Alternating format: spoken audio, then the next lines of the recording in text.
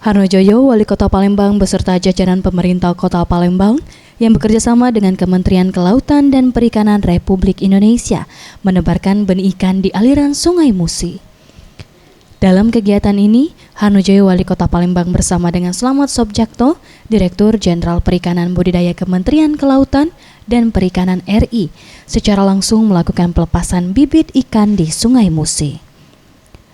Harnojoyo mengungkapkan, sebanyak 260.000 benih ikan ditebar mulai dari benih ikan belida, ikan baung, ikan nilam. Benih ikan yang ditebar merupakan ikan yang sudah langka di aliran Sungai Musi. Kegiatan ini merupakan hal yang positif terkait lingkungan dan sebagai motivasi bagi masyarakat Kota Palembang untuk melestarikan kembali ikan yang sudah langka di Sungai Musi. Terima kasih, hari ini kita bersama Kementerian KKP telah menabur ikan belida, kemudian ikan baung, ikan nilam yang merupakan ikan sudah langka yang berada di Sungai Musi.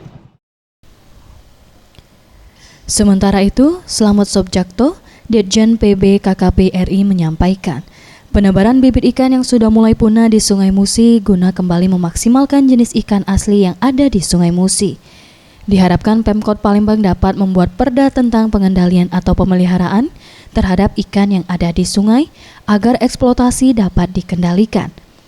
Ke depan ini pemerintah daerah yang membuat perda tentang pengendalian ataupun pemeliharaan stok-stok ikan yang ada khususnya di perairan umum di sungai dan lain-lain. Anugrah Sandi Pratama, Sriwijaya TV.